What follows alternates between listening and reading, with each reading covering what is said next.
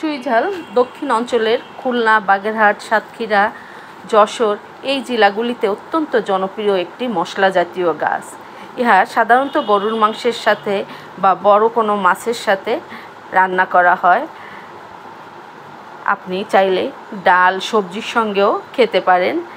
এটা মাংসের স্বাদ অনেক গুণ বৃদ্ধি করে থাকে।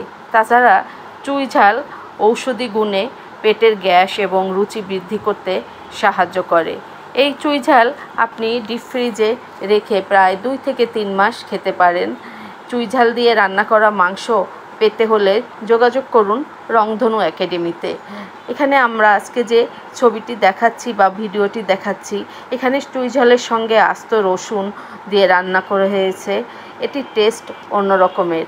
তাই এই ধরনের ফ্রেশ খাবার পেতে হলে যোগাযোগ করতে হবে রংধনু একাডেমিতে। এবং সবসময় সব জায়গায় ফ্রেশ চুইঝাল পাওয়া যায় না।